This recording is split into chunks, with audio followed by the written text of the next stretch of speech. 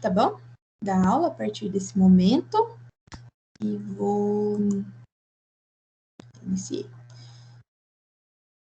E vou compartilhar minha tela com vocês agora.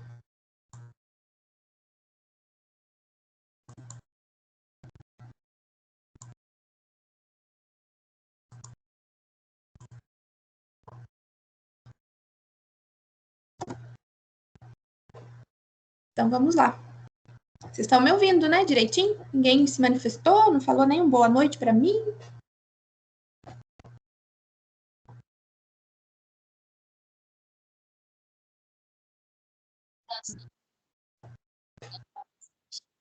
Então, tá bom. Então, vamos lá. Hoje, nós vamos abordar um pouquinho sobre a coleta de exames laboratoriais, né? Aí vocês vão falar para mim, mas eu não vou trabalhar no laboratório, eu vou trabalhar cuidando do paciente. Mas é um conteúdo de fundamental importância para nós, enquanto enfermeiros, né? Entender o processo de coleta, entender o objetivo da coleta e mais para frente, daqui um pouco, né, a gente conseguir entender os exames que a gente... Então, para o cuidado, né, para a evolução clínica do paciente, além do cuidado que eu presto ali beira-leito, né, eu tenho que ter esse conhecimento técnico, né, dos procedimentos que serão realizados com o meu paciente e entender o porquê desses cuidados, o porquê dessa rotina, né, e como que a gente vai conseguir agir em cima disso. Então, nós vamos discutir um pouquinho desse processo, dessa coleta de exames, né? Que é uma rotina aí diária, né? Dos pacientinhos, principalmente aqueles que estão em unidade de terapia intensiva, é diário, é rotina diária, às vezes até mais que uma vez durante o nosso plantão, e aqueles pacientes de enfermaria, de pronto-socorro, né? Uma rotina bastante que acontece bastante nessa vida aí de internação hospitalar do nosso paciente, né? É um parâmetro bastante importante nas condutas médicas, né?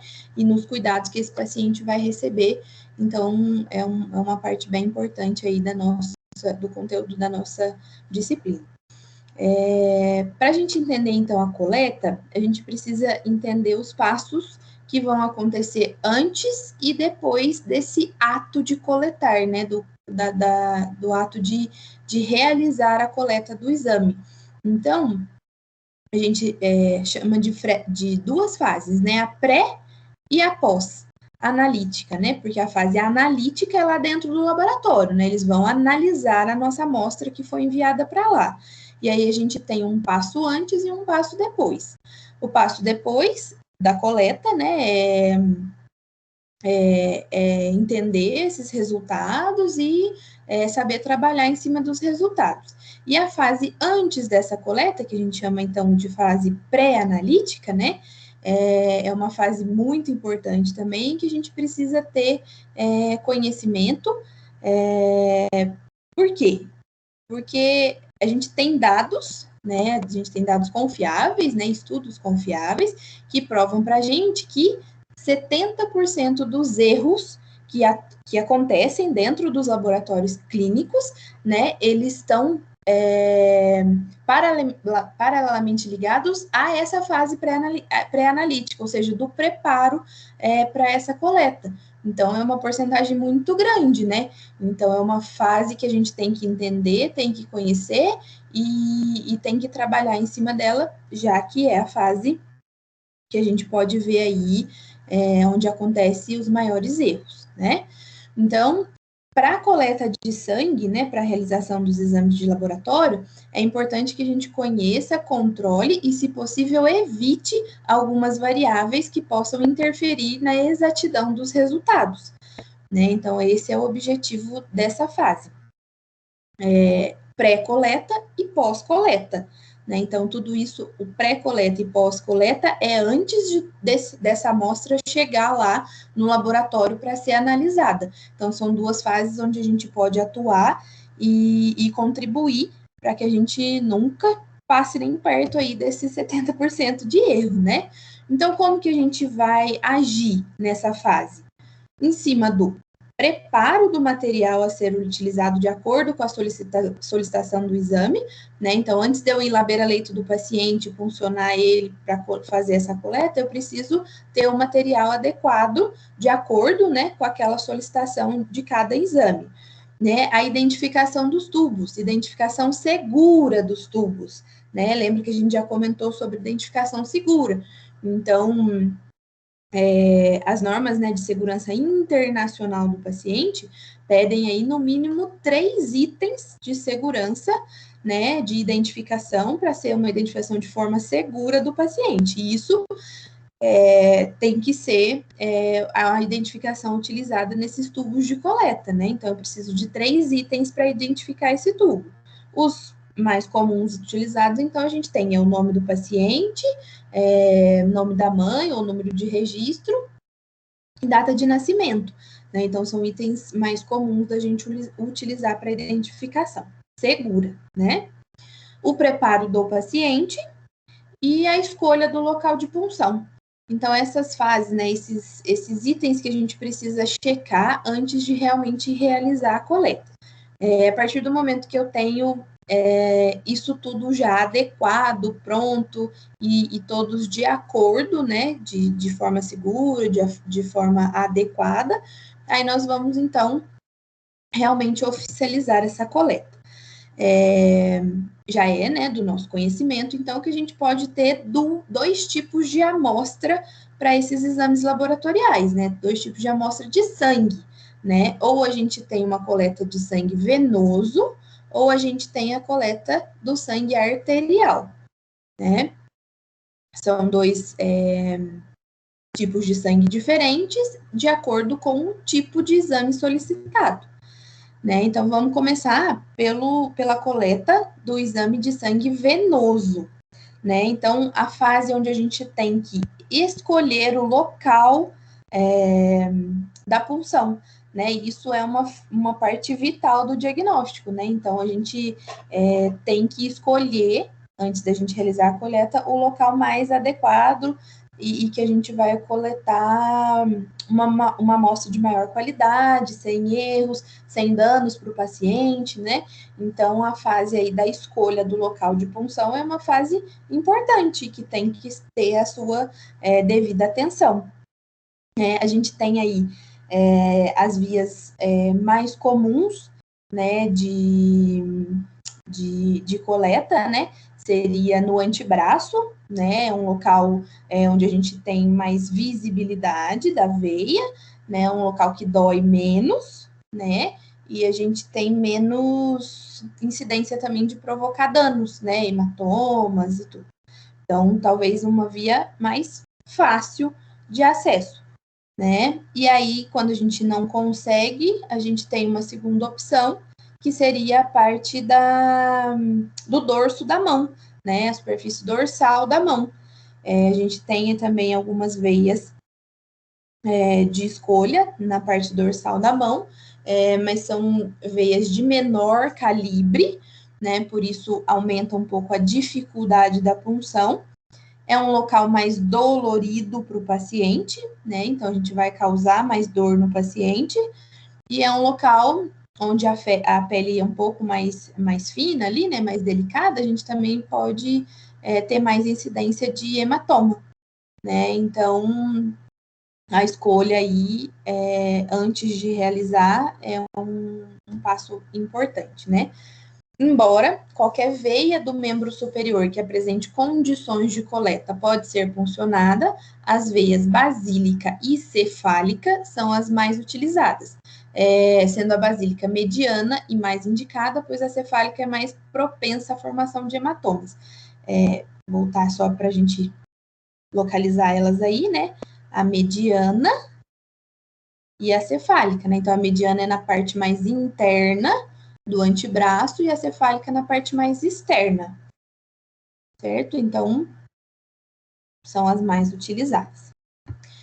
E no dorso da mão, o arco venoso dorsal pode ser utilizado, mas com cautela, pois causa desconforto, dor e pode causar hematoma, né? Então, é aquilo que a gente discutiu, todas estão disponíveis, né? Podem ser puncionadas e coletadas, mas aí, por questão mesmo de benefício para o paciente, e às vezes também mais facilidade para quem está coletando, a gente sempre tem essa de primeira escolha, certo? Quando a gente vai fazer uma coleta de amostra de sangue venoso, né? Sempre evitar agulhas de menor calibre, né? Então, aí o pessoal acha que, vou coletar com uma agulhinha de insulina, né? Aquela pititiquinha, porque aí eu vou causar menos dor. Não tá certo, né? Porque pode ser que a gente cause menos dor, mas isso vai comprometer a amostra, né? Talvez eu não atinja a veia, né? Porque a gente tem aí uma camada de pele até chegar à veia, então isso às vezes pode não conseguir pelo calibre da agulha, então a gente não é indicado, tá? As coletas a vácuo, funcionar a veia do paciente com o bisel voltado para cima, né? Isso independente de ser a vácuo, de ser com agulha, né? A gente sempre tem bisel para cima, né? Onde como se fosse a via de corte, né? O bisel, ele quando a gente o buraquinho da agulha, né? Para quem nunca ouviu falar, né? No bisel, né? É aquele corte que tem na agulha, né? A pontinha da agulha, né? Então ele faz o desenho de uma pontinha fina. Então quando a gente posiciona o buraquinho para cima, né? Antes de enfiar ali na pele do paciente, isso facilita, né? O corte da pele. Tá? Então por isso sempre posicionar o bisel para cima. Perfurar a veia com agulha em ângulo de 30 graus, tá? De 30 para menos, né? Não vai pôr aí a agulha em pé na veia do paciente, não vai dar certo, tá? Então, o ângulo de preferência 30 graus.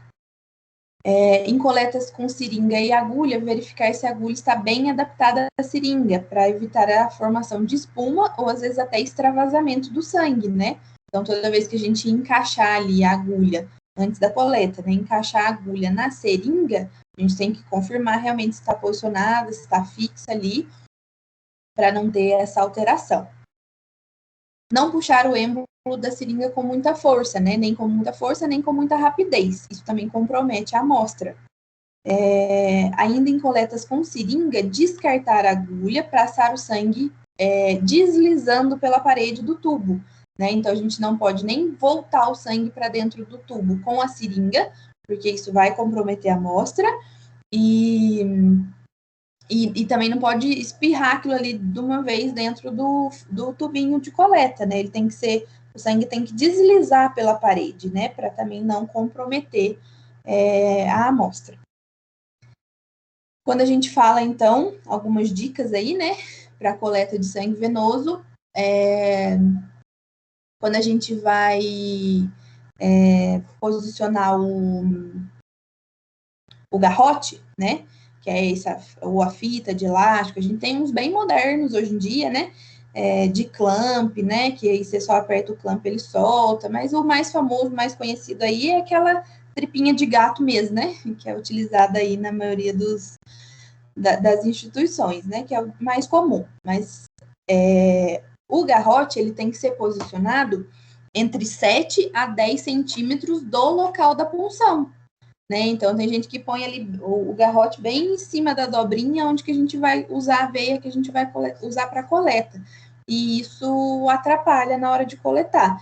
Então, o local ideal de posicionamento do garrote é entre 7 a 10 centímetros de onde a gente vai inserir a agulha ou o material ali para a gente coletar. Aí uma coisa bacana de usar como tá aí no desenho, né? São os 4 dedos da mão. Então, quando a gente mede ali 4 dedos, é o ideal, tá bom? É o que vai dar aí entre 7 a 10 centímetros. pelo amor de Deus, né, por tudo que é mais sagrado nesse mundo, né, a gente não sopra o álcool que a gente fez, a higienização, onde a gente vai realizar a coleta, punção, seja o que for, né, quando a gente fez a asepsia do local, a gente não sopra, a gente não abana, a gente não faz ventinho, tá, isso não existe, né, então você garroteou, fez a asepsia, a gente aguarda um pouquinho, sim, para secar o álcool, porque se a gente faz na pele molhada, isso vai causar dor para o paciente, né? Mesma coisa de você jogar álcool no machucado, né? Todo mundo sabe o tanto que dói. Então, a gente não vai enfiar a agulha ali com o trem molhado de álcool, mas a gente nunca, jamais, proibidíssimo, a gente soprar para poder secar o álcool, tá bom? Então, não sopra, não faz ventinho, não abana, a gente faz a asepsia, aguarda o álcool evaporar e secar e faz a punção, certo? Aí tem o desenho, ó, do posicionamento da agulha de 30 graus, né? Esse ângulo de 30 graus é o ideal, é o mais indicado, né? Quando a gente fala em punção venosa, tá bom? Da veia, ok? Quando a gente fala em coleta, né, de amostra de sangue arterial, né? Quando que a gente vai coletar sangue arterial? Quando a gente tem um exame de gasometria para realizar, né? O que é esse exame de gasometria? Ele vai avaliar os gases, né, dentro do sangue, né? Então, como que está a função de limpeza desse sangue, né? Extração de O2, oxigênio, pH, né? Então, quando a gente fala em avaliar a qualidade aí do trabalho, né, do pulmão, né, e da função de limpeza do sangue, como que está a oxigenação desse sangue, né? Então, a gente tem a coleta de gasometria. Cerca aí de 90% das gasometrias são indicadas, são coletas indicadas para pacientes em uso de ventilação mecânica, né, onde a gente precisa de um acompanhamento mais rigoroso aí dessa função pulmonar, né, função de limpeza do sangue, né, por isso a gente precisa do sangue limpo, né, a gente não fala que o sangue arterial é o sangue limpo, e o sangue venoso é o sangue sujo, né? Aquele sangue que já rodou o corpo inteiro e vai indo para o pulmão para ser limpo. É o sangue venoso. E aí o arterial é aquele que sai do pulmão limpinho, né? Já prontinho para passear no corpo inteiro de novo. Então, quando a gente precisa ver se essa limpeza está ocorrendo de forma adequada, a gente precisa desse exame de gasometria. Então, por isso ele precisa ser coletado diretamente da artéria. Pacientes que fazem o uso de oxigênio contínuo também, às vezes, precisam de um exame desse para controle, né? Mas aí cerca de 80% a 90% das coletas de gasometria geralmente são mesmo para o paciente que está fazendo uso de ventilação mecânica, que precisa desse controle rigoroso aí. Aonde a gente vai coletar o sangue arterial? Né? Em qualquer artéria. Né? Mas a nossa artéria de escolha, de preferência para a coleta do sangue arterial é a artéria radial, né? Aquela, quem lembra aí da anatomia, né? Aquela que a gente chama a radial, que é. Não sei se vocês já ouviram falar, se algum professor já comentou com vocês, né? Mas a gente fala artéria radial por causa do dedão, né? Quando vocês fecham a mão, né? Que sobra o dedão aí aberto, ele fica igual uma antena de rádio, né? Então, a antena de rádio é a artéria, aí a gente associa aí a artéria radial, né? Que ela fica aí mais na parte externa do antebraço, né? Então, a artéria radial é de escolha, mas nós também podemos coletar da artéria braquial, né? Que ela é um pouco mais profunda, né? Às vezes um pouco mais difícil de palpação, mas também podemos coletar. E tem ainda a coleta da artéria femoral, né? A gente tem a autonomia de fazer a coleta femoral, só que Algumas instituições, né, aderem de protocolos, né, às vezes já por incidentes, talvez, por grande número de erros, e algumas instituições aderem de protocolos onde o enfermeiro, então, não teria autonomia de fazer essa coleta do sangue arterial pela artéria femoral, tá? Só um adendo aqui também, a mesma artéria, né, funcionaria também para a punção da pressão invasiva, né, ou a PAI, né, que é a pressão arterial invasiva. É a pressão mais fidedigna que a gente tem, né, a gente acopla um catéter na artéria radial, né, ou braquial ou femoral, e aí, através de parâmetros, né, de monitores específicos, a gente consegue acompanhar aí a pressão arterial, né, a pressão mais fidedigna que a gente consegue obter do paciente, que é direto dentro da artéria. A punção para isso, né, para adicionar esse dispositivo invasivo no paciente, né, de controle de pressão arterial, nós enfermeiros também podemos fazer esse procedimento. Só que nesse caso tem que ter o curso específico, né, a especialização específica para isso e de acordo também com as normas e protocolos institucionais que a gente está trabalhando, mas também é um procedimento que pode ser realizado pelo enfermeiro. Mas aqui, a fins de coleta, né? Então, a gente tem autonomia, a gente pode realizar essa coleta. Técnico de laboratório não pode, tá? Então, nem técnico de enfermagem, nem técnico de laboratório. Quando a gente tem coleta ou solicitação de coleta de amostra arterial, né? Que a gente precisa da punção arterial, ou tem que ser o biomédico, né? O biomédico pode, que é dentro do laboratório, desses laboratórios externos, né? Então, o biomédico pode fazer a coleta e o enfermeiro pode. O técnico de enfermagem, o técnico de laboratório não pode, tá? Aí, que bonito. No âmbito da equipe de enfermagem, a punção arterial, tanto para fins de gasometria como para monitorização da pressão arterial invasiva, é um procedimento privativo do enfermeiro, observadas as disposições legais da profissão. É aquilo, né? Quando a gente não esbarra num protocolo institucional, a gente tem o respaldo, então, do nosso COFEM, né? Onde o enfermeiro tem como função ou como procedimento aí privativo, tá? Então, técnico de enfermagem não pode, técnico de laboratório não pode, tá? Ou é enfermeiro ou biomédico, e o médico, no caso, dentro de uma UTI, dentro de um pronto-socorro, também pode realizar essa coleta, tá? Então, é a resolução 390/2011 do COFEM que normatiza, então, esse procedimento para a gente, certo?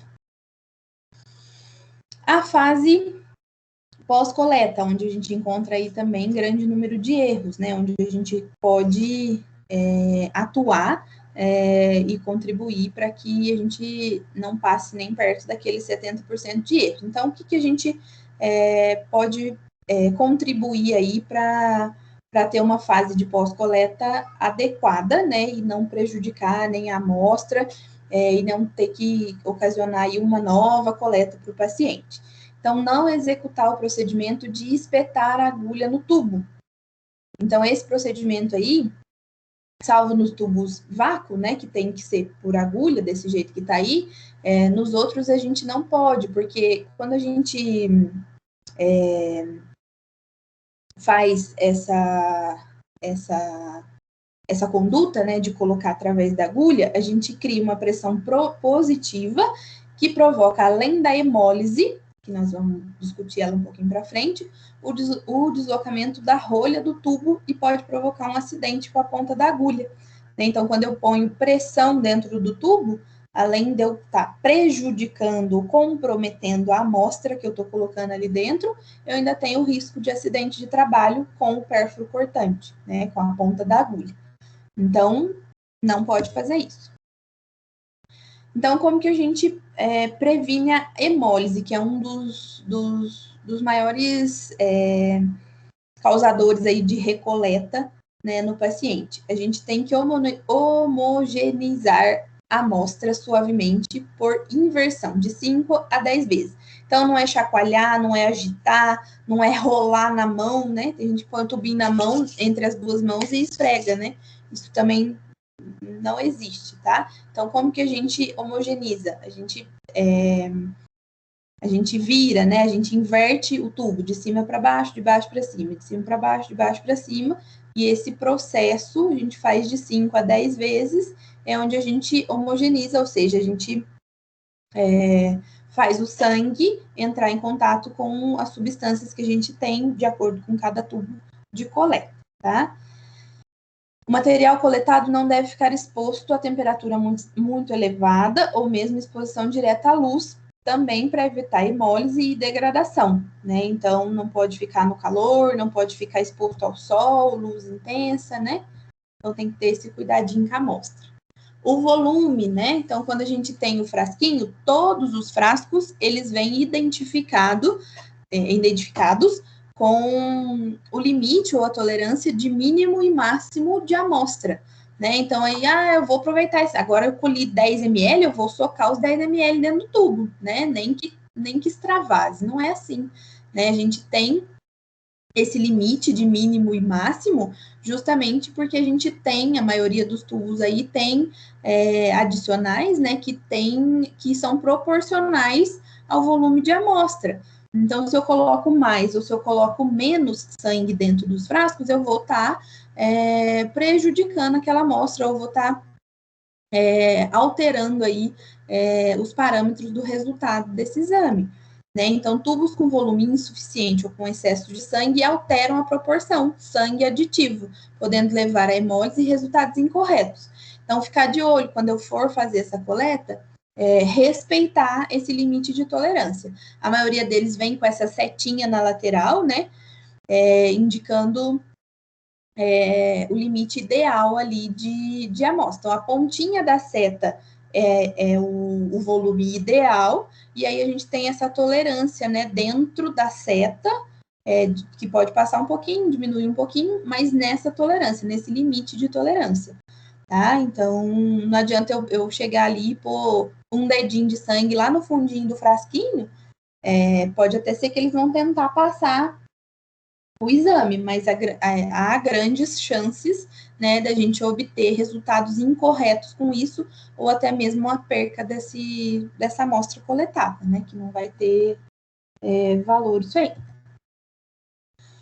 O acondicionamento e transporte é uma fase de pós-coleta que influencia também no resultado desses exames, né, e é onde ocorre muito erro, a gente pode identificar muito erro também.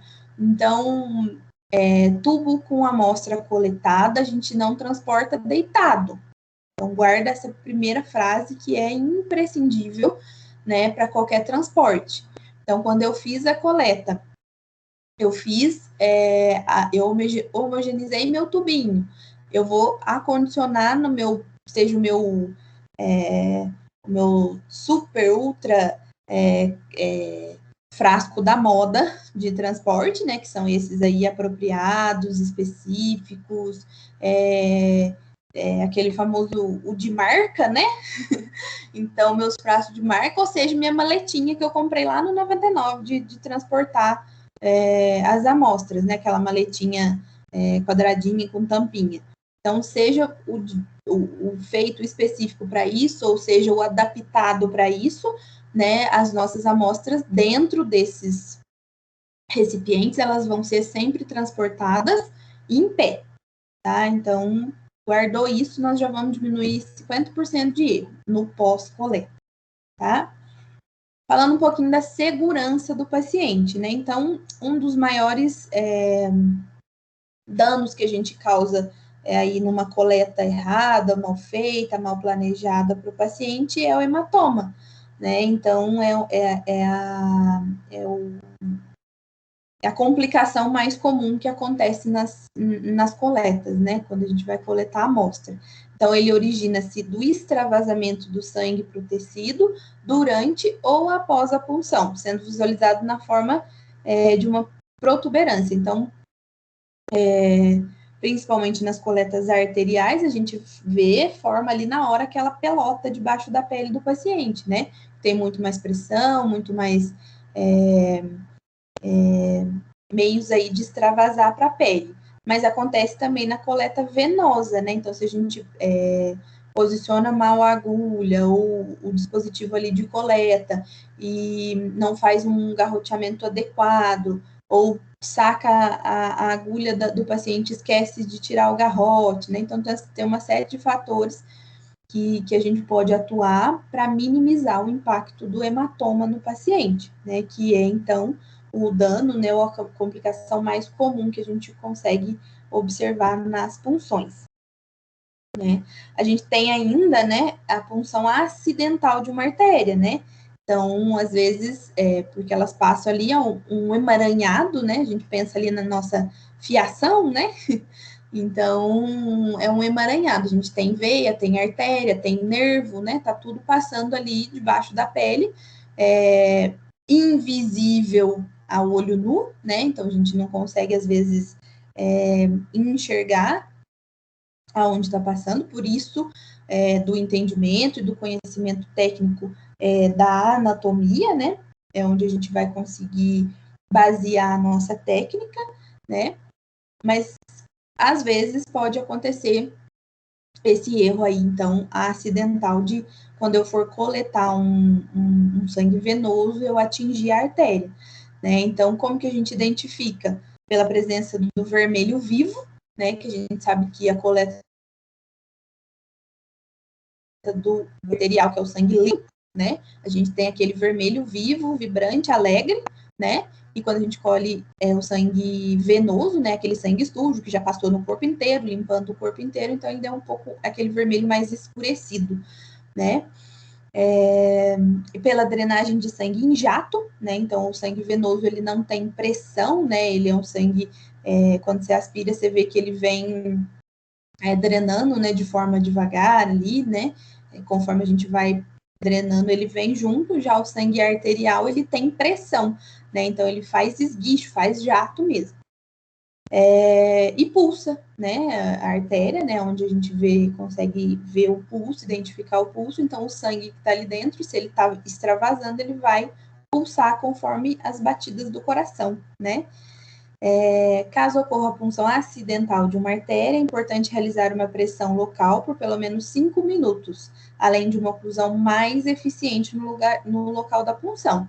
Então, se eu vi, né, através desses sinais, que aquilo não é um sangue venoso, é um sangue arterial, né, eu tenho que imediatamente retirar a punção, parar a punção, né, desprezar meu material ali, e aí eu retiro a agulha ou dispositivo de coleta, eu vou fazer essa compressão com o dedo mesmo, né, no local da punção, no mínimo 5 minutos de pressão, tá, seja no antebraço, né, seja no dorso da mão, onde for, a gente vai fazer essa compressão de 5 minutos, e quando eu terminar essa compressão, eu vou conferir se não tá babando sangue ainda, se não tem esguicho de sangue. Se eu conseguir controlar o sangramento, eu vou fazer uma oclusão bem mais eficiente do que porque você sabe que na hora que a gente coleta lá o sangue venoso, né, a gente tem já até os curativinhos bonitinho, prontinho, né,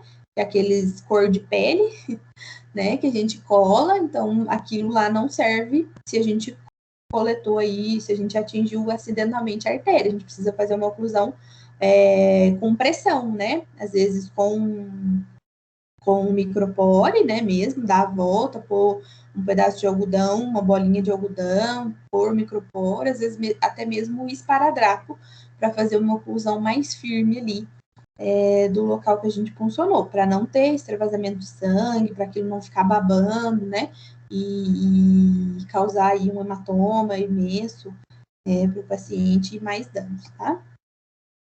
A infecção também é um risco né, que a gente pode trazer para o paciente durante a punção. Então, a antisepsia do ponto de punção deve ser bem executada e a área preparada para a punção não deve ser tocada após este processo, né? Então, esse é o primordial para a gente evitar a infecção no paciente. Então, a gente, né, vê aí, às vezes, a gente não queria ver, mas a gente vê, né, alguns profissionais que vão realizar coleta, então, eles acham ali, né, localizam a veia, aí depois vem, garroteia o braço, faz a antisepsia e depois fica procurando ali com os dedinhos de novo até achar a veia. Aí achou, aí que calça a luva e aí que vai funcionar. Isso tá errado, totalmente errado, né? Então, depois que eu fiz a antisepsia, eu não toco mais a pele do paciente, seja de luva, seja de mão, né? Então, eu realizei. Primeiro, eu tenho que identificar a minha veia. Depois que eu identifiquei minha veia, que eu vou fazer o processo de garroteamento, de antisepsia e de punção, né? Nessa ordem. Então, eu não, depois que eu garroteei, fiz a antisepsia, eu não toco mais a veia, tá? Dentre as medidas preconizadas e recomendadas estão uso de algodão com álcool, né, que é o mais comum que a gente usa aí para antisepsia. Tem ainda o álcool que a gente usa, álcool 70, né, iodado, antisséptico, à base de iodo, aí depende também de rotina ou de protocolo institucional. Mas o mais comum, né, quase aí 98% das instituições, é o álcool 70, né, que a gente usa para antisepsia. Lesão nervosa, né? Eu comentei agora mesmo que a gente sabe que ali no braço passa então tudo junto, né? Nossa fiação passa tudo junto. Veia, artéria, nervos, né? Então, e eu não tô visualizando aquilo ali dentro. Eu sei que ele tá ali, eu conheço a anatomia, né? Mas a gente tem que, para precaver qualquer tipo de acidente, né? Então, para prevenir a lesão de algum ramo nervoso, recomenda-se evitar a inserção muito rápida ou profunda da agulha, né? Então, a veia tá ali, tuf, não, né? A veia tá ali, localizei, então vamos funcionar, né? Tudo de maneira tranquila e sem apavorar, né? Então, por quê? Que quando eu faço isso de maneira mais devagar, eu tenho chance de causar menos danos se eu chegar pertinho ali da parte nervosa, né? Então, a punção de uma veia por meio de múltiplas tentativas de redirecionamento da agulha já inserida de forma aleatória não deve ser realizada. O que significa isso? O pessoal que põe a agulha para dentro e quando a agulha está lá dentro do braço é que fica procurando a veia, né? Então, eu dou uma giradinha para cá, dou uma giradinha para lá, puxo um pouquinho a agulha, enfio um pouquinho mais, né? Então, isso, quando eu faço isso, né, eu uso dessa estratégia, a chance de causar lesão na parte nervosa, né, dentro ali no braço, no antebraço, na mão, seja onde for a punção, o risco de atingir a parte nervosa é bem grande, né? Então, eu tenho que realmente fazer a minha punção com segurança, né? E de maneira assertiva, né? Então, não adianta eu não tô achando que tá ali a veia, não, mas eu vou tentar assim mesmo. Né? Então, não, prefira pedir ajuda, né? Chamar outro profissional, tentar o outro braço, né? Então, fazer de forma segura, de forma eficiente, né? Que faça uma vez só, né? Então, é isso que a gente objetiva. E jamais funcionar na tentativa de achar a veia, né? Isso a gente não usa e a gente discrimina quem faz isso, viu? Não é a maneira correta da gente proceder. Caso não se obtenha sucesso na primeira tentativa de punção, a gente vai retirar a agulha e uma segunda punção deve ser realizada, preferencialmente em outro local. Então, eu inseri, a veia estava ali, eu palpei, eu visualizei, né? Aí eu vou, garroteio, faço antisepsia e punciono. Quando eu puncionei, eu não consegui ter retorno de sangue, né? O que eu vou fazer? Vou ficar fisgando ali, virando, girando a agulha, tirando, enfiando, procurando. Não, eu vou tirar, desgarrotear, retirar essa agulha e vou fazer uma nova punção, uma nova identificação da veia e uma nova punção. Tá? Esse é o procedimento correto a se fazer. O paciente deve ser orientado a não realizar movimentos bruscos durante o ato da coleta. Tem alguns pacientes que a gente consegue controlar essa orientação, tem pacientes que não, né? Então, pacientes, quando a gente vai fazer essa punção em crianças, principalmente, né? A gente sabe que é um pouco mais difícil pela questão do entendimento mesmo, né? Que é um exame necessário, que vai ser para o bem, que vai ser rápido, né? Então, às vezes, quando a gente fala aí de criança, a gente tem um pouco de dificuldade nessa parte de entendimento, mas quando a gente fala aí de coleta de adultos, talvez a gente consiga um melhor entendimento e uma melhor orientação dessa não realização de movimentos bruscos. Apesar que tem uns meninos que são bem bravinhos também, né? Tem uns meninos que dá um trabalho que igual criança, que me perdoa os meninos, mas é pura verdade. Né? Mas a gente tem que, na medida do possível, controlar isso, porque senão a gente vai causar mais dano que benefício nessa coleta, né? Então, o paciente faz ali movimento brusco, você atinge a parte nervosa, ou então você ultrapassa ali a veia, faz um sangramento lá dentro da pele, faz um hematoma, né? Então, traz bastante incômodo para o paciente depois. Só para a gente relembrar um pouquinho da anatomia, né? Então, a gente consegue visualizar aí os amarelinhos, né? Então, os amarelinhos é tudo a parte nervosa, né? Então, onde a gente deve evitar as punções, né? Então, a gente vê aí a veia, a gente vê a artéria e vê a parte nervosa, né? Que às vezes a gente, se pinçar aí, às vezes causa dor, né? Uma dor bem incômoda aí para o paciente, e em casos mais graves, até lesão mesmo, né? Então, é uma parte que a gente tem que ter um cuidado aí diferenciado, tá? Então, vamos falar um pouquinho da coleta propriamente dita, né? Então, para isso, a gente vai falar dos materiais, né? O que a gente usa quando a gente fala em coleta de amostra de sangue para exame, né? Então, o que a gente vai precisar?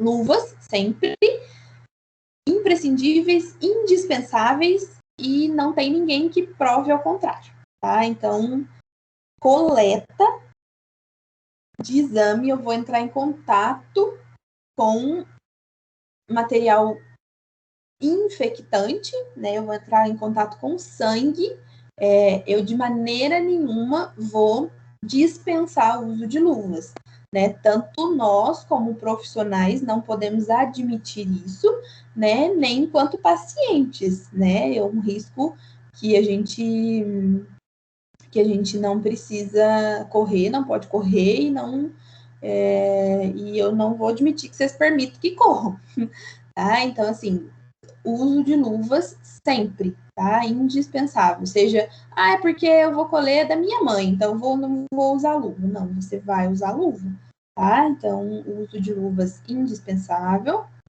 Máscara cirúrgica, eu pus até de amarelinho aí, que eu fiquei até triste na hora que eu fui escrever, né? Então, a máscara, né, é imprescindível também, né? É considerada aí como um EPI na hora da coleta, né? Isso vai proteger mucosa oral e nasal, né? Então, caso de acidente, né, de espirrar, eu pulsionei a artéria, espirrou sangue, né? Então, a minha mucosa oral e nasal está protegida, né? Então, a máscara, nesse momento, não precisa nem bater muito na tecla, né? Porque já é de uso comum de todo mundo, mas quando passar isso, se Deus quiser, a gente tem que lembrar de usar ela na hora desse procedimento, ok? O óculos de proteção, o próprio nome já fala, né? É com o objetivo de proteção da mucosa ocular, né? Então, pelo risco mesmo de espirrar esse material, esse sangue, né, na mucosa ocular. Então, óculos na hora da punção, seja arterial, seja venosa, tá? Agulha e seringa descartáveis ou adaptador e seringa descartáveis, depende da nossa rotina, da nossa instituição, depois eu vou mostrar eles, mas aí ou é agulha e seringa ou é o adaptador e seringa. O tubo a vácuo, né, aí vai depender do meu tipo de exame que vai ser coletado, nós também vamos falar deles. Algodão e álcool 70, que é para antisepsia. Interruptor adesivo com algodão, que é o famoso curativinho lá, né, cor da pele. Hoje em dia tá muito moderno, tem de bichinho, tem de coração, né, tem a gosto do freguês mas é indispensável? Não, a gente pode ainda fazer o curativo com algodão e micropore, né, se a gente não tiver acesso a esses curativinhos. Mas o que tem de mais prático, mais acessível, mais bonito de ver hoje em dia é já esses curativinhos que a gente tem aí de fácil acesso. E o garrote, tá? Então, a critério de curiosidade, né, quem não trabalha ainda na área, quem não tem muito costume, então a gente tem os abocates, né, que a gente, ou abocate é marca, né, mas a gente tem os gelcos, né, que é o nome ideal de falar, que eles são numerados, né, quanto menor o número, mais grosso, né, mais calibroso é a agulha. Então, a gente vai do 24 ao 14, então quanto mais calibroso, menor é o número, é o contrário, né? E as agulhas, né? A gente tem aí também, o pessoal costuma chamar pela corzinha, mas também elas são identificadas por números, né? A de coleta de punção venosa mais utilizada aí é a cinza, né? Que é 27 por 8, né? Que é a cinzinha. Lá no canto superior lá é o dispositivo, né, que a gente utiliza, esse é exclusivo e próprio para coleta de amostra, né, ele tem a agulha de um lado, né, que é para punção, e na outra pontinha já é o dispositivo que a gente já conecta dentro do tubo de coleta. E embaixo ali também pode ser utilizado o scalp, né, que é a famosa borboletinha.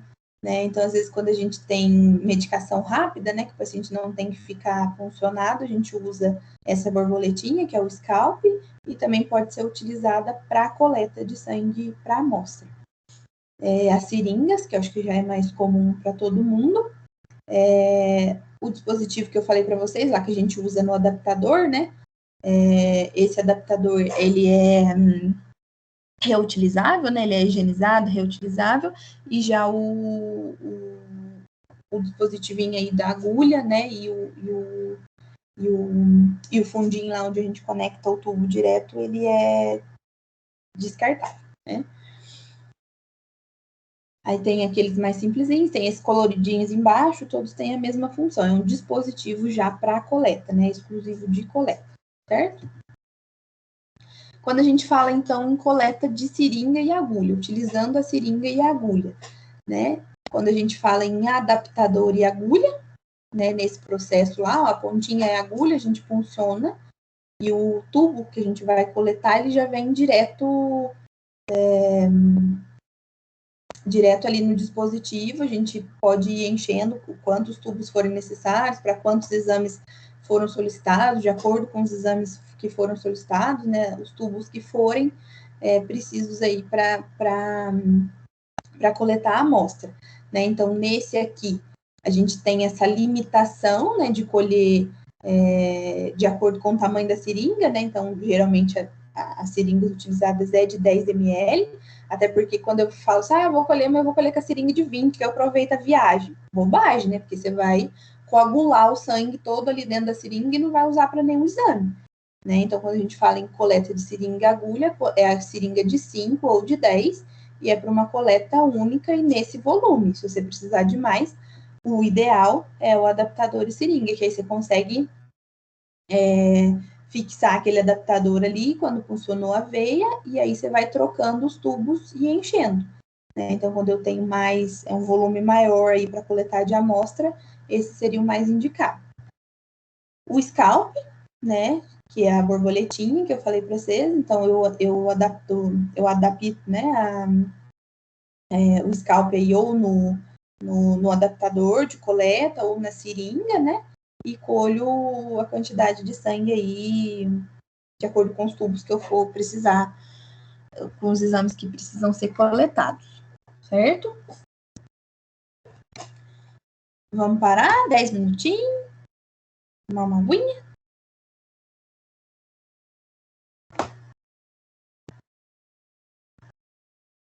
Enquanto isso, eu vou conferir se entrou mais alguém e eu não vi.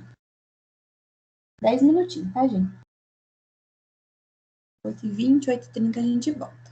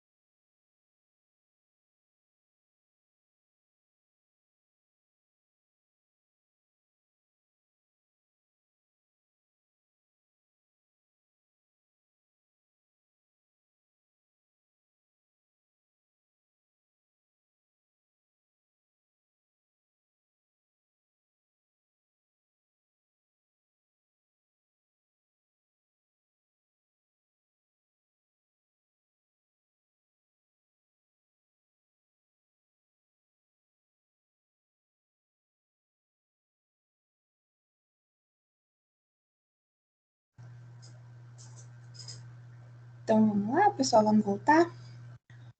Leandro, deu certo, né? Conseguiu entrar agora?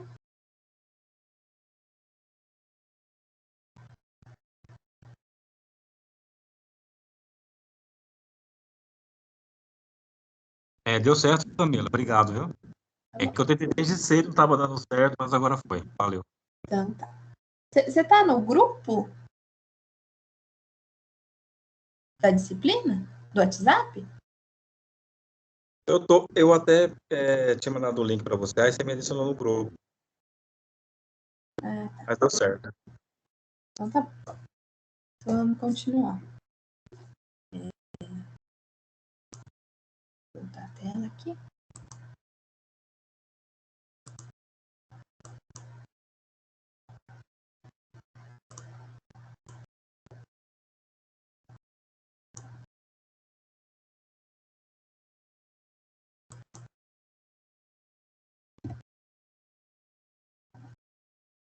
Então vamos continuar, né? Recapitulando, então a gente falou dos cuidados, né? Que a gente tem que ter antes e depois de realizar uma coleta de exame laboratorial, né? Coleta de sangue para exame laboratorial. A gente falou um pouquinho do procedimento, as veias e artérias aí de escolha, né? Para amostra. E os materiais que a gente usa para essa coleta.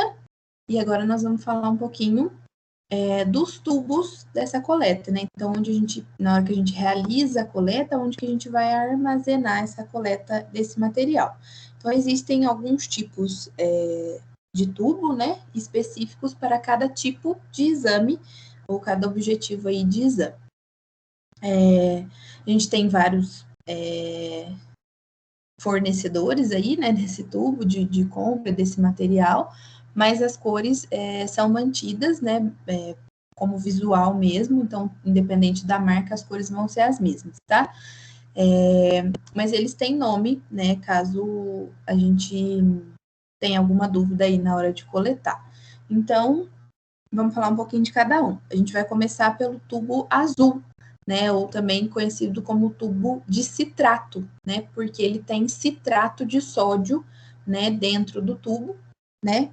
Que faz uma ação, né, em contato com a amostra que vai entrar ali dentro do tubo, que vai favorecer, então, a realização do exame de coagulação, ou seja, TAP, TTPA, fator de coagulação, coagulação do sangue mesmo, né?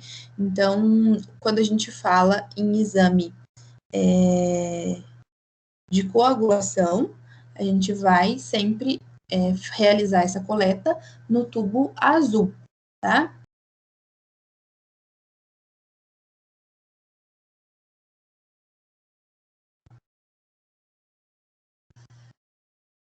O tubo seco, né, que a gente fala, que ele não tem nenhum agente, né, no tubo, a gente tem dois. A gente tem o tubo amarelo e o tubo vermelho, né? O tubo vermelho é o tubo seco sem gel separador, né? Para que ele é utilizado? Ele é utilizado para dosagens bioquímicas. O que são as dosagens bioquímicas? Os eletrólitos, né? Sódio, potássio, para ureia, creatinina. Né? Então, quando a gente fala em exame bioquímico, a gente sempre vai optar ou pelo frasco vermelho ou pelo frasco amarelo. O vermelho, ele é sem o gel separador. O frasco amarelo, né, ele vai ter o gel separador. O que é esse gel separador? É essa substância gelatinosa mesmo que vocês estão vendo aí no fundinho do frasco, né? Ela funciona como uma barreira física mesmo entre as hemácias e o plasma, né, ou também chamado de soro, após a centrifugação. Ele funciona como um acelerador da coagulação. Então, ele faz o sangue coagular de forma mais rápido, e aí, depois da centrifugação, né, da amostra, ele fica no meio e ele separa o soro ou o plasma do coágulo de sangue mesmo, do sangue coagulado, certo? O amarelinho, então, ele tem o gel separador. Ele serve para quê? também para as dosagens bioquímicas. Os dois têm a mesma função, né? Então, sódio, potássio, ureia, creatinina, TGO, TGP, colesterol, amilase, bilirrubina. Então, uma série de exames que a gente vai conseguir coletar nos dois. Ah, mas como que eu vou definir se eu vou usar com gel separador ou sem gel separador? Como que eu escolho entre o tubo amarelo e o tubo vermelho? Basicamente, transporte. Né? Acho que é um dos primeiros critérios de escolha. Né? Então, se eu tenho que um tempo maior, um ambiente maior para percorrer até chegar no laboratório da instituição, se eu vou coletar, por exemplo, da UTI inteira, depois que eu vou subir para a amostra, talvez eu utilize o gel com o gel separador, né? Que ele vai manter maior estabilidade da minha amostra. E após a centrifugação, né, ele mantém, depois que eu faço a centrifugação, né, e eu consigo separar soro e plasma de sangue coagulado, né, do coágulo de sangue, então, com o gel separador, isso não vai se misturar mais, né, a partir do momento que ele separa, ele vai ficar separado e ele não vai juntar mais. No caso do frasquinho vermelho, que não tem esse gel separador, se eu esbarrei no meu tubo ali na hora de fazer a avaliação, né, do exame, e aí eu esbarrei no frasquinho e aí ele deu uma tombadinha, eu vou ter que centrifugar novamente, né? Só que num ponto negativo também, às vezes, na hora de tem alguns aparelhos específicos, né, que eles vão puxar aí o líquido, o soro ou o plasma direto para o aparelho, e às vezes o gel separador ele pode obstruir a ponta dessa agulhinha que faz essa sucção da amostra, né? Então, às vezes é um empecilho para alguns aparelhos de leitura de exame. Então, dentro, às vezes, do ambiente hospitalar ali para coletas de rotina, o frasco de primeira escolha é o vermelhinho, sem o gel separador. Às vezes em laboratórios ou para alguns aparelhos específicos, né, que não tem esse risco aí de obstruir essa sucção no material, aí o pessoal opta pelo gel separador. Ou se for uma amostra também que vai para um laboratório de apoio, alguma coisa que vai sair de dentro da instituição, também às vezes convém mais essa utilização do gel separador. Então, de uma forma geral, né, os dois têm o mesmo objetivo, ou têm a mesma função para a mesma amostra, né, de exames, né, então, bioquímicos, amilase, bilirrubina, colesterol, fosfatase alcalina, gama-GT, TGO, TGP, sódio, potássio, ureia, creatinina, né, então, exames bioquímicos, os frascos de escolha, então, são vermelho e amarelo, vermelho sem, amarelo com gel separador. A gente tem os tubinhos roxos, né? Qual que é o tubinho roxo? É com EDTA. O que é EDTA? Ácido etilenodiomino tetracético. Nome difícil, né? Mais fácil falar EDTA. Todo mundo sabe, falou que é EDTA, a gente sabe que é o tubinho roxo.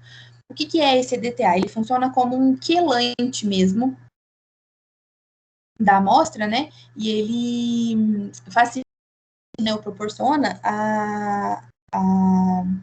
o exame de hemograma, né? Então, quando a gente fala em hemograma, né? Então, plaquetas, leucócitos, HB, HT, né? O hemograma, VHS, hemoglobina glicada, hemocistina e outros, né? Mas a maior função aí do tubinho roxo é hemograma. Falou o que é hemograma, falou o que é um leucócito, falou o que é HB e HT, a coleta é no tubinho de EDTA, que é o tubinho roxo, tá?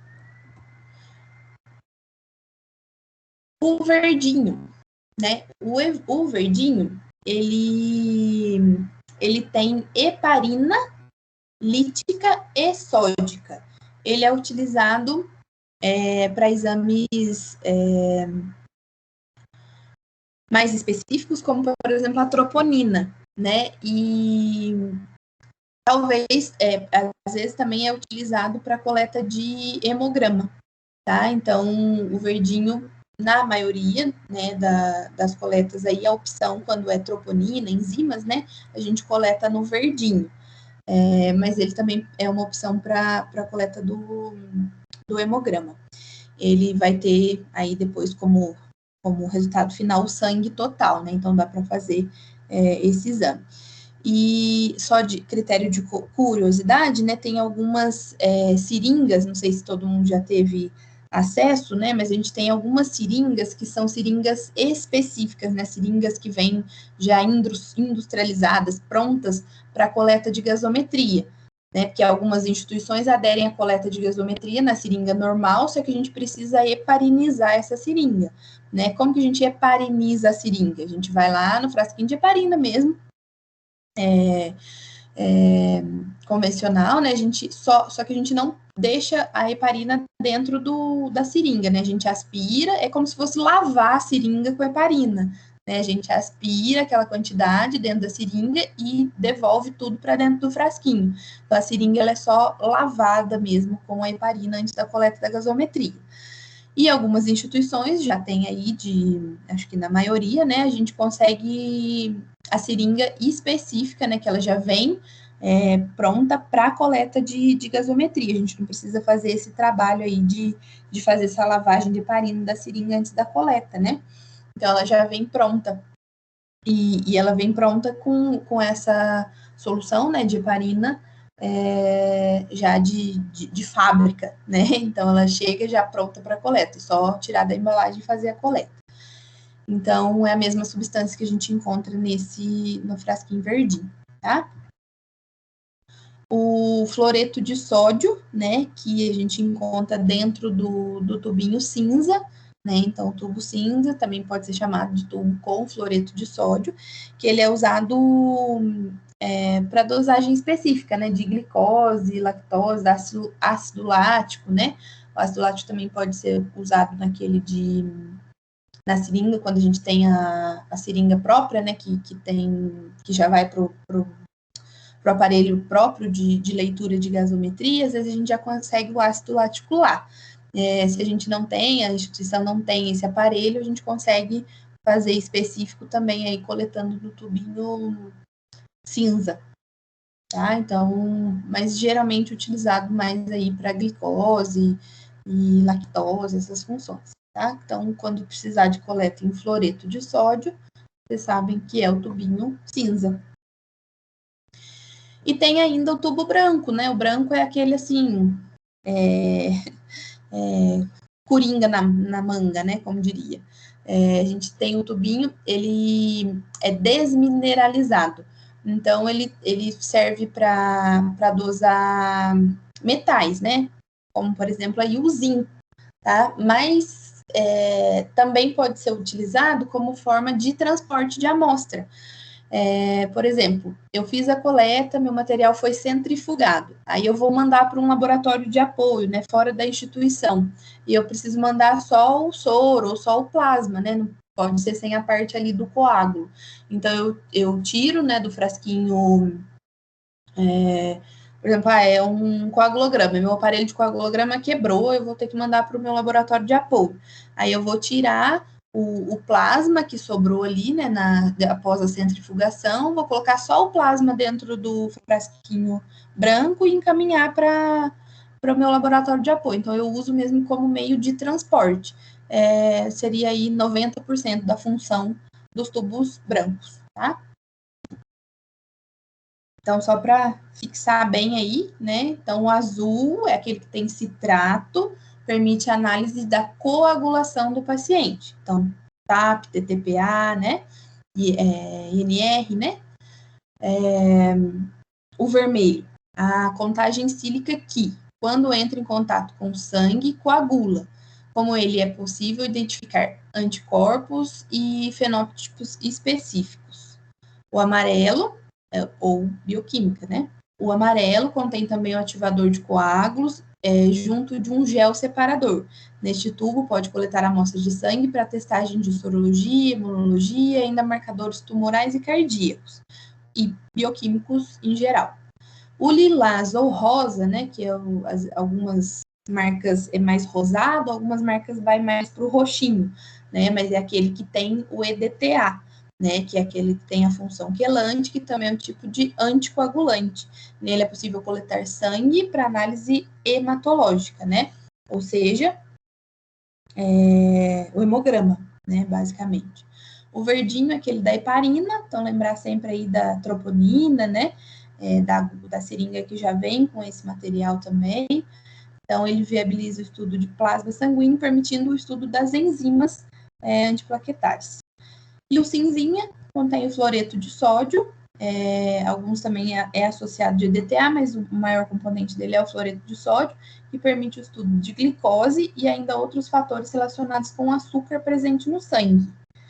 E o branquinho, que é o de transporte, basicamente, né?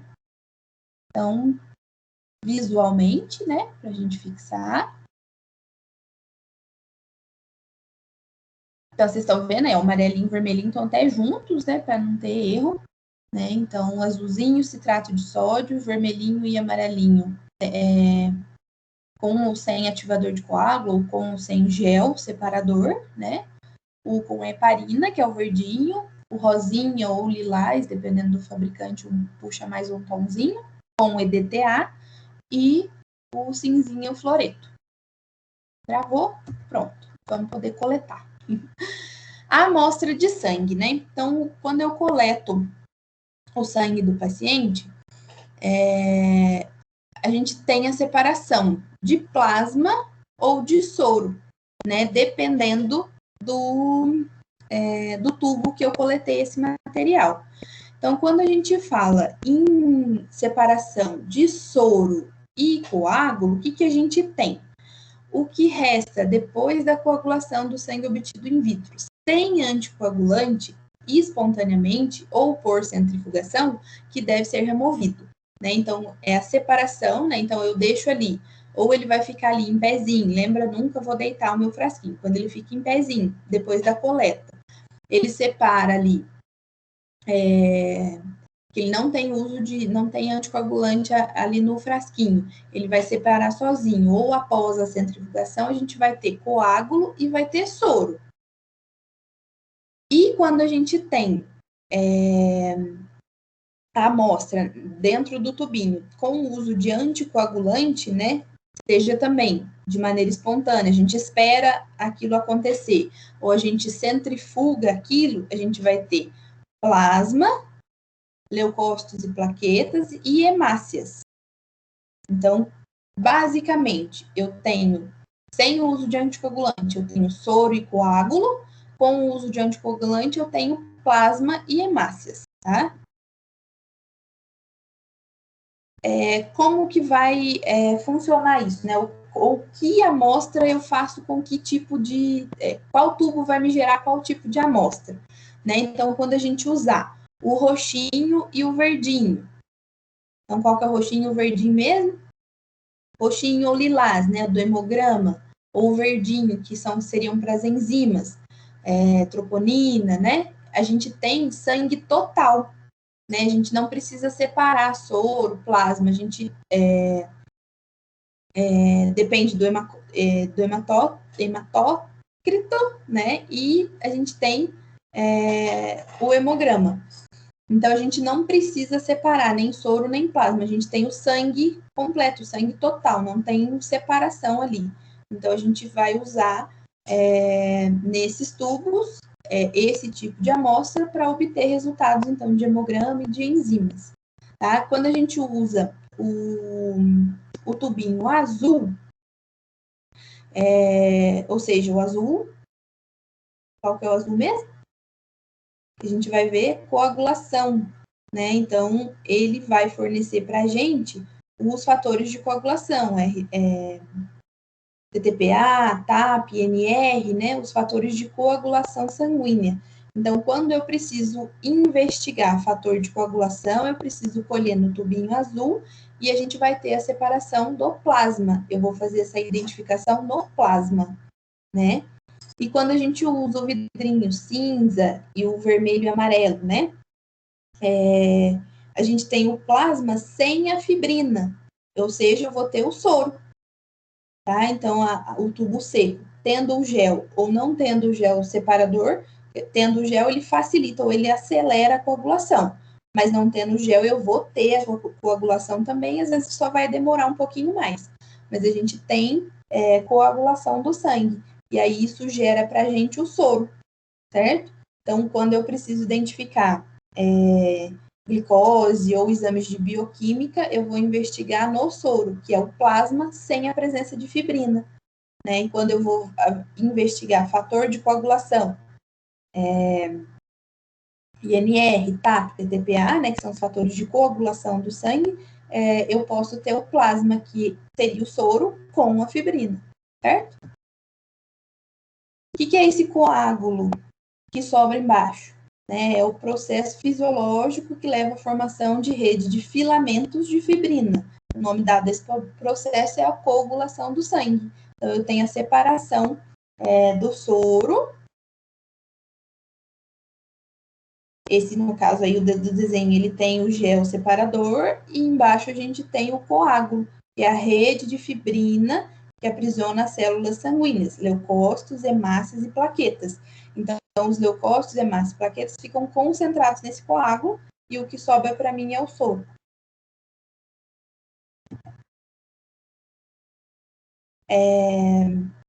Depois a gente vai fazer um exercício e a gente vai fixar bem isso daí, mas são meios técnicos, né, que geralmente a gente, tendo conhecimento ou tendo técnica, né, do porquê que eu estou colhendo no azul, porquê que eu estou colhendo no vermelho, né, isso às vezes, às vezes não, todas as vezes, né, é de grande importância na hora que eu vou realizar a coleta, né, principalmente como ação lá no nosso processo de pré-analítica, né, de pré-análise do exame, né, a fase pré. Então, eu preciso saber qual amostra, onde que eu vou acondicionar essa amostra, né, objetivando o exame que eu quero realizar, né. Um dos problemas que a gente encontra aí nessas amostras, a gente tem a lipemia. O que é isso? Né? Ela é causada por grande quantidade de lipídios no sangue. Né? Então, quando a gente tem muita gordura no sangue, né, a gente consegue visualizar a olho nu quando a gente está identificando ali a nossa amostra. Então, na hora da separação ali do soro e do coágulo, né, a gente consegue ver um sorinho que é bem mais translúcido, né? Quando a gente tem essa lipemia, né, ou seja, grande quantidade de gordura presente naquela amostra, a gente vê mais embaçado, né, mais leitoso, onde deveria ser só o soro ali, certo? A hemólise, que nós conversamos lá no começo, tanto que a gente tem de técnicas ou de ajuda, né, de comportamento aí no pós-coleta, né, para evitar a hemólise. Por quê? O que é essa hemólise, né? É definida como a liberação dos constituintes intracelulares para o plasma ou soro, quando ocorre a ruptura da célula do sangue. Estes componentes podem interferir no resultado do exame. Então, isso prejudica o resultado do meu exame e pode levar até uma necessidade de uma recoleta, devido a cuidados ali no pós-coleta. Então, aquele de introduzir, né, o conteúdo, o sangue que eu coletei, sem tirar a agulha, né, pela agulha, isso faz pressão, né? Na hora que você faz aquela pressão do êmbolo da seringa e o sangue passando pela agulha, isso faz a quebra da hemácia, né? Então, a gente tem o desenho aí, né? Quando a gente consegue manter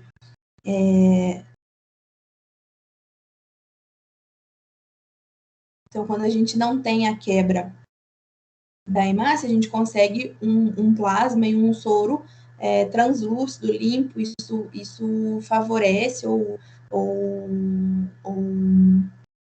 deixa a nossa amostra, né, de forma correta, né, a gente não tem erro no resultado desse exame. E já se a gente proporciona, ocasiona, né, a quebra dessas hemácias, a gente já tem uma alteração no nosso soro, no nosso plasma, e a gente não consegue, então, ter um material adequado, né, para fazer um resultado correto, né, do exame que a gente está objetivando ali. A gente tem bem visual, né, quando a gente não tem hemólise, né, um soro limpo, translúcido, né, e a gente tem os graus, né, quando tem muito dano, tem muita hemólise, fica quase um sangue meio ralinho, né? Então a gente não consegue fazer leitura nem de bioquímica, nem de coagulação, né? Porque a gente vai ter um exame muito alterado. Mas é por interferência mesmo da qualidade da amostra que a gente tem. Tá? Então, às vezes, isso aqui, se a gente chega aí com uma hemólise num grau 3, a gente com certeza vai precisar de uma recoleta para conferir isso aqui, se realmente isso foi erro no pós-coleta, né? Ou se é alguma alteração mesmo que o paciente está apresentando aí que foi evidenciada e realmente é isso que está acontecendo, ou se foi só o erro mesmo na pós-coleta, né? Na condução aí do pós-coleta. Essas referências. Vamos fixar um pouquinho o que a gente discutiu, mas eu quero a participação de vocês.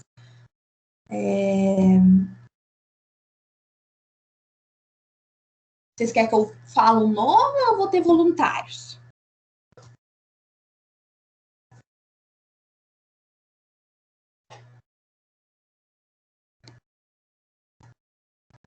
Não tem nenhum voluntário?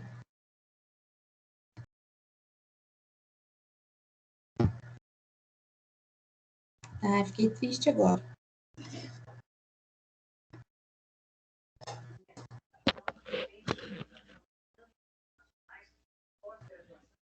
O cinza é com fluido de sódio. Pode ser utilizado para ácido lático, glictocose e lactose. Quem que tá falando? Adneia. Oi, Ednei. Basicamente, né, os três aqui, eles vão liberar para a gente uma amostra de soro, né? É aqueles que a gente vai usar o tubo seco, né, com o sem gel separador, que é o vermelho e o amarelo, e o tubo cinza, que é aquele de glicose, né? Então, quando a gente centrifugar a nossa amostra, que a gente deixar a nossa amostra ali em repouso, a gente vai ter a separação de soro, né? E aí a gente consegue identificar, então, esses exames de bioquímica, né? Exames de glicose, né? No caso do cinza, ou exames de bioquímica no tubo seco. Então, basicamente, né? Então, o exame que a gente vai conseguir realizar é bioquímica e glicose e usando a amostra da separação de soro, né? Quando a gente tem separação de soro, certo? Esse aqui, agora eu vou escolher um voluntário, vocês estão fugindo de mim. Deixa eu ver.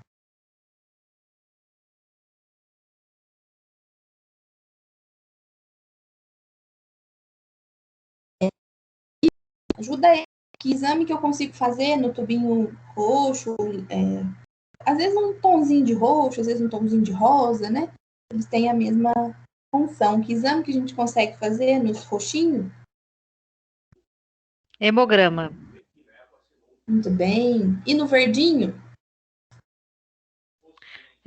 Troponina e enzimas. Isso. E para eu fazer esses exames, qual que vai ser a minha amostra? O que eu preciso? De plasma, de soro ou sangue total?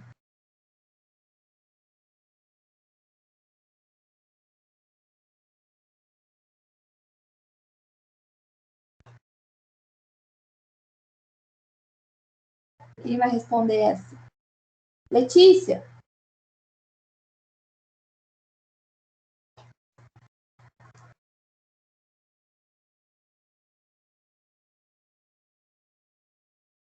Não?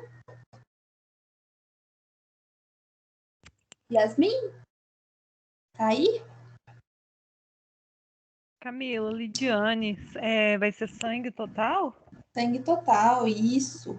Ou seja, eu não preciso separar, né? Não preciso nem de plasma, nem de soro, né? Então, quando a gente coleta no frasquinho lilás ou roxinho, no frasquinho verde, a gente tem o sangue total. É onde que vai gerar para a gente, né? A gente vai conseguir realizar os exames de hemograma e as enzimas, né? E a gente não precisa separar. Esse resultado a gente vai conseguir com o sangue total, tá?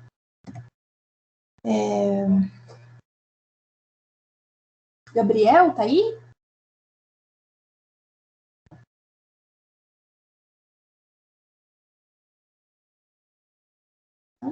Giovanni, que exame que a gente faz no azulzinho? Aquele que é o citrato.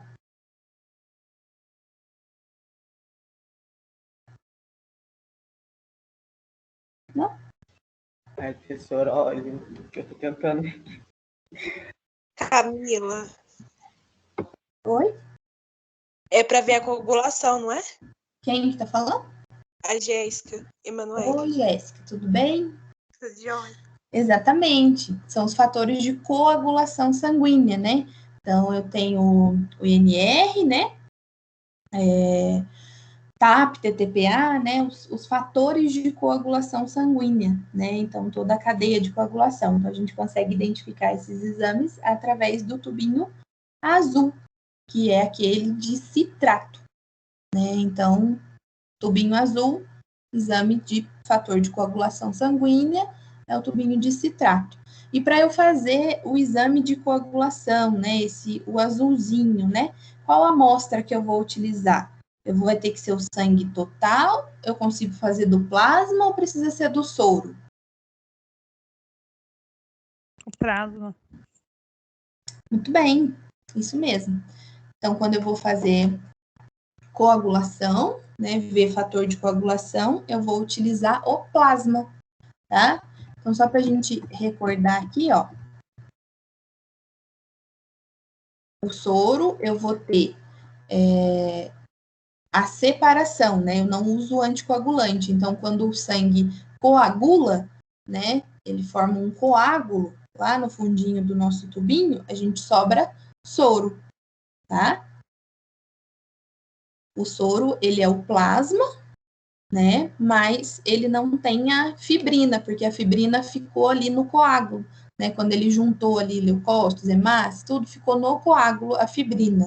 E quando a gente tem coagulante no frasquinho, né? Quando a gente usa os frasquinhos que tem fator anticoagulante, a gente tem a liberação do plasma. Então, a gente consegue... seria o soro com a fibrina, né? Então, a gente consegue separar leucócitos, plaquetas e as hemácias. Então, a gente não tem formação de coágulo, tá? A gente só tem a separação do plasma e das hemácias e os fatores sanguíneos, certo? Então, o soro, a gente tem presença de coágulo e o que sobra é soro. Quando a gente fala em plasma, a gente não tem formação de coágulo, porque a gente, no vidrinho, né, no frasquinho, tem anticoagulante, certo? Alguém tem alguma dúvida? Quer reforçar alguma coisa? Quer rever alguma parte?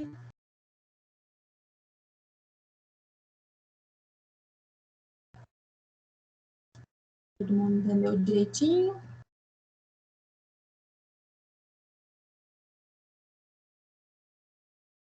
Tranquilo?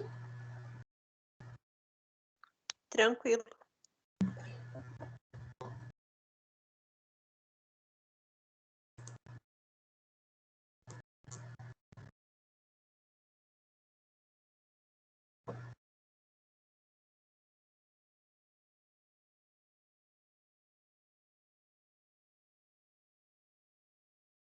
Gabriel colocou que está sem áudio. Está sem áudio ainda, Gabriel? Você não me ouve?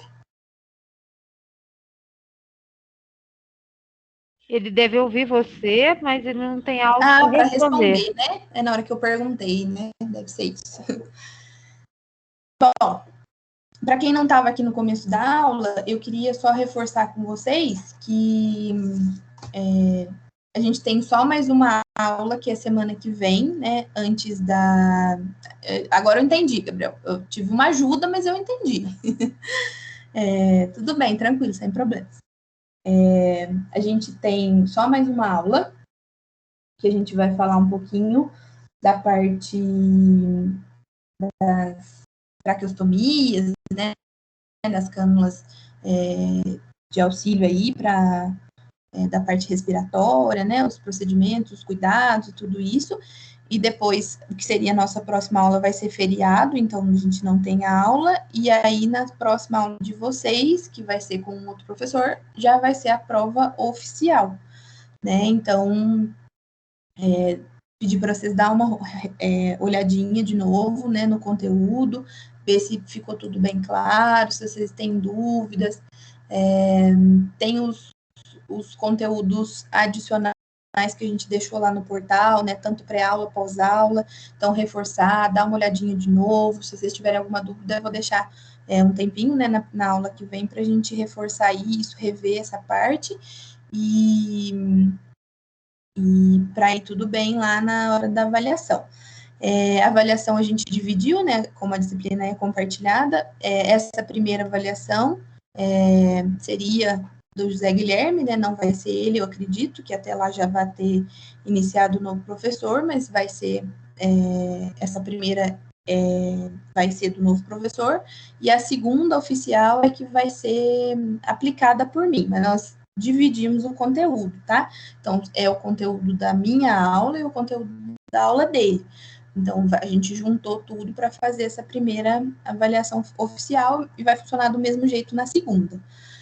As parciais, a gente dividiu, né? Então, acho que já é de conhecimento de vocês de rotina aí, né? Então, esse primeiro bimestre, a gente tem 1.000 pontos para distribuir de parcial, né? Então, a gente dividiu no meio também, igual, metade ele vai dar, metade eu vou dar, e já é dessas atividades que a gente fez ao decorrer aí das aulas. Hoje, eu não deixei nenhuma atividade oficial para vocês no portal, tá? Só tem conteúdo mesmo para agregar, eu deixei um vídeo só, acho que tem mais um que eu ia colocar e não deu tempo, mas das coletas, visual mesmo, para vocês, acho que fica mais dinâmico, né, de entender. Então, é vídeo e tem um artigo, então no pré-aula e pós-aula a gente tem só o conteúdo mesmo adicional para vocês. Hoje não tem nenhuma atividade oficial. Tá? Já teve as 3, e dessas 3 que a gente vai fazer, uma encerrou hoje, né, inclusive às 19, e aí essas 3 atividades eu vou avaliar as 3, a gente vai dividir a nota, e aí a metade, que são os 500 pontos, vão ser definidos através dessas 3 atividades que eu deixei no portal.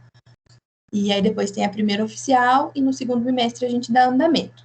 Se Deus quiser, né, nós vamos conseguir fazer a parte prática, né? Então, a gente vai ter, para o segundo bimestre, como parcial, são 1.500 pontos, né? Um pouquinho mais de ponto, mas aí a gente vai dividir em atividade do portal, que a gente vai deixar lá para fazer os exercícios direitinho, e a prática, né? A gente vai ter aula prática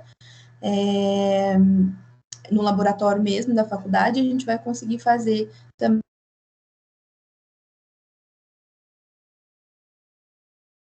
comerciais, certo?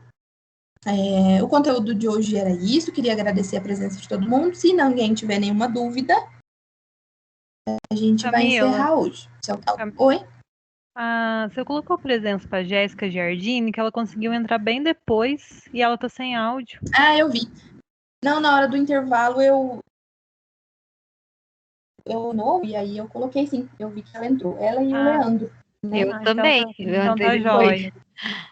Só não tem a Letícia Suzana, que eu não vi, Luiz Ricardo e Micaele.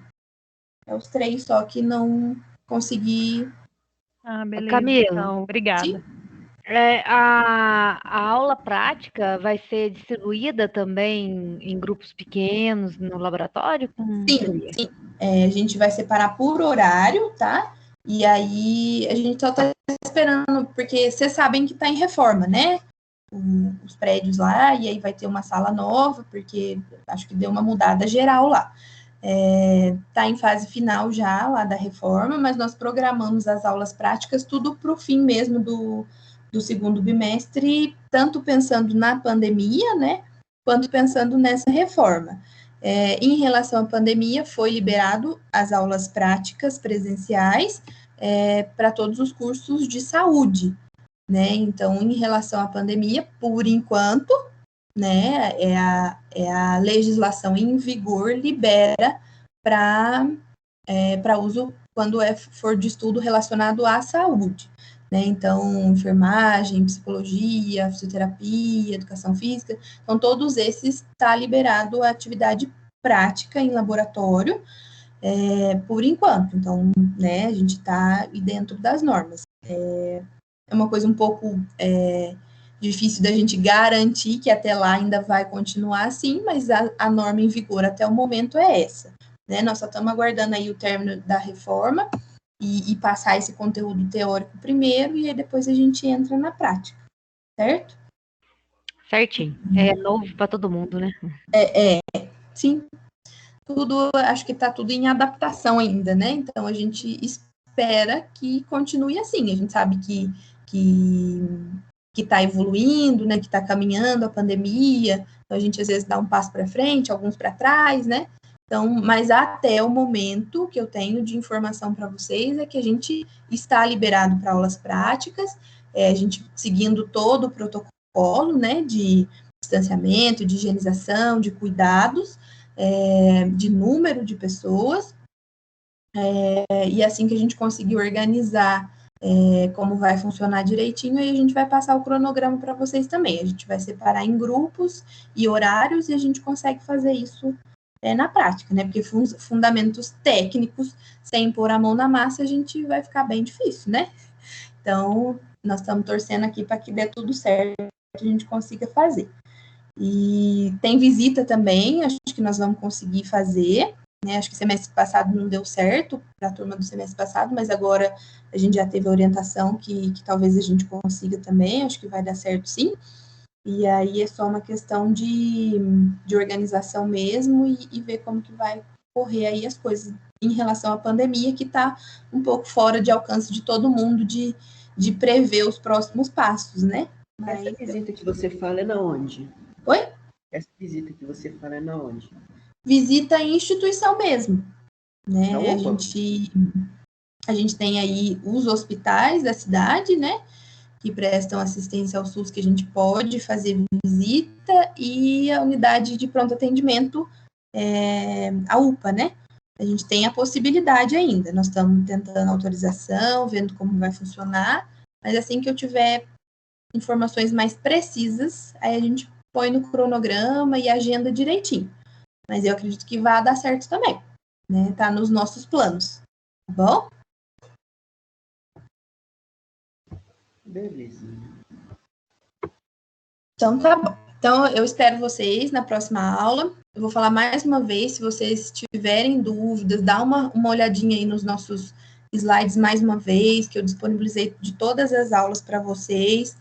Se surgir dúvida, se ficar confuso com alguma parte, né? Deixa anotadinho aí para a gente resolver. Às vezes a dúvida de um pode ser a dúvida de outro, né? Ajudar no entendimento do outro colega. Então, eu sei que às vezes é meio difícil a gente discutir assim a distância, né? Então, às vezes fica um pouquinho tímido e tudo, mas acho que não é o caso, não é o momento. Nós estamos aqui para crescer e para aprender juntos, né?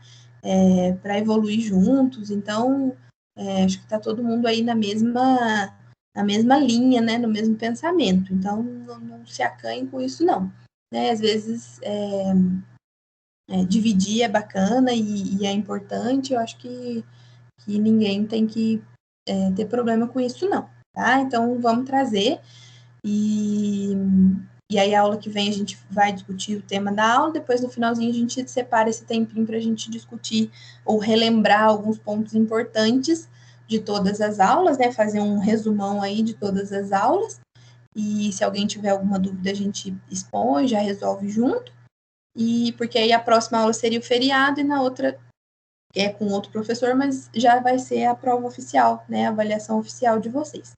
Então, para estar tudo engatilhadinho, né? Tá bom? No mais, então, boa noite para todo mundo, bom descanso. Foi uma semana pesada, né? Então, a gente merece. E aí, eu espero vocês na próxima aula, sexta-feira que vem.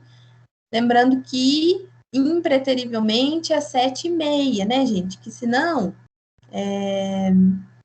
eu não consigo parar a aula para poder aceitar vocês. Então, depois que eu abro aqui a tela da aula, que eu compartilho a tela com vocês, eu não tenho mais, eu não vejo mais se tem alguém esperando, né, na sala de espera. Então, eu não consigo ver. Então, às vezes perde. Então, eu já dou esse tempinho maior, mas para que 7h20, 7h25, vocês já vão entrando, que aí 7h30 a gente começa e ninguém fica para trás, tá bom?